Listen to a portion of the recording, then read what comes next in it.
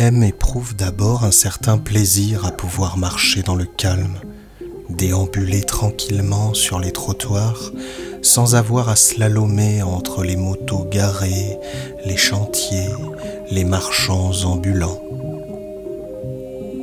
Très vite, il réalise qu'il est absent de ses promenades. Son corps marche sans rien explorer en lui, dénué de toute expérience intérieure. M n'est d'ailleurs plus dans l'errance, il sait toujours où il va, course à faire, lieu à visiter, trajet où les yeux ne voient rien, la bouche ne goûte rien, le nez ne sent rien. À force de se retirer en soi, on n'entend plus rien non plus. La caméra reste autour du cou, rien n'impulse le désir d'image. Le trajet n'est plus vécu, il échappe à tout présent, à tout personnage. Ici, son réservoir de fiction est vide. En France, je marche mort, se dit M tout bas.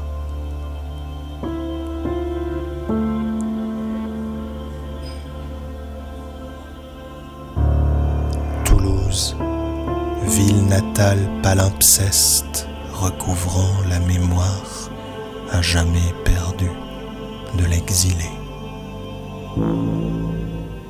M ne reconnaît pas les premiers pas rue Matabio. M ne reconnaît pas les rires du jardin japonais. M ne reconnaît pas qui pleurait le départ de Paul Dutroy de la rue des Lois. M ne reconnaît pas son aveu rue Rémusat à voix basse, sans pouvoir soulager le ventre du poids de son angoisse. M ne reconnaît plus qui a honoré serre sur une feuille blanche, sans ligne, a soudain honte de ne pas écrire droit.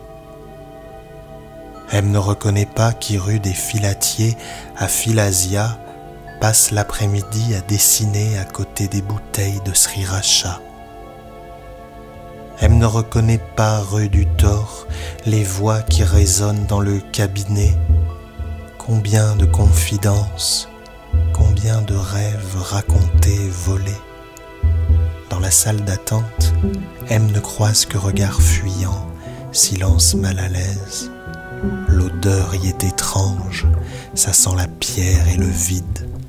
Il fait frais, une grotte en briques en plein centre, un refuge où ça parle, ça résonne, ça ouvre une autre dimension. On peut donc s'entretenir avec soi-même, en 2 langues, en 3, comme autant de possibles pronoms. On peut donc parler, de partout, du bord de la Garonne, dans la chapelle des Carmélites. M ne reconnaît pas Saïd en train de chuchoter « Jadis, des dieux habitaient le ciel ». M ne reconnaît plus l'heure de la prière, rue Saint-Sauveur, les silhouettes de Zoër et de son père agenouillés. M ne reconnaît pas le hameau des Sorbiers, quartier bizarre où les noms finissent en art, Madame Pissard, Monsieur Michard, le fils Douillard et sa chienne Cora. Même au cimetière Latécoère, il y avait des Monsieur Renard, des Madame Guillaumard et un certain Likir au milieu d'eux, enterré dans son plus beau costume, droit comme un i. Lui que l'enfant n'a connu qu'en peignoir orange, courbé sur sa canne, rongé par le cancer et l'amertume. M ne reconnaît plus qui, à Esquirol, invente le rôle d'une morte nommée Tessa. M ne reconnaît plus qui, au bord du canal du Midi, qui prend peur qu'elle démasque sa première fois. M ne reconnaît plus ses mains menottées au barreau de la fenêtre d'Arnaud Bernard. M ne reconnaît pas qui, dans le noir, décide de ne plus parler. M ne reconnaît pas quelle ombre, rurité, dit à demain et ne rappela plus jamais. M ne reconnaît plus qui part. M ne reconnaît plus qui revient. 8 ans après, celui qui n'existe plus est de retour à Toulouse, dans le corps de M. Tout comme les rues, une famille l'attendait. M est aussitôt parlé dans leur bouche, il se voit dans leurs yeux, s'écoute dans leurs oreilles.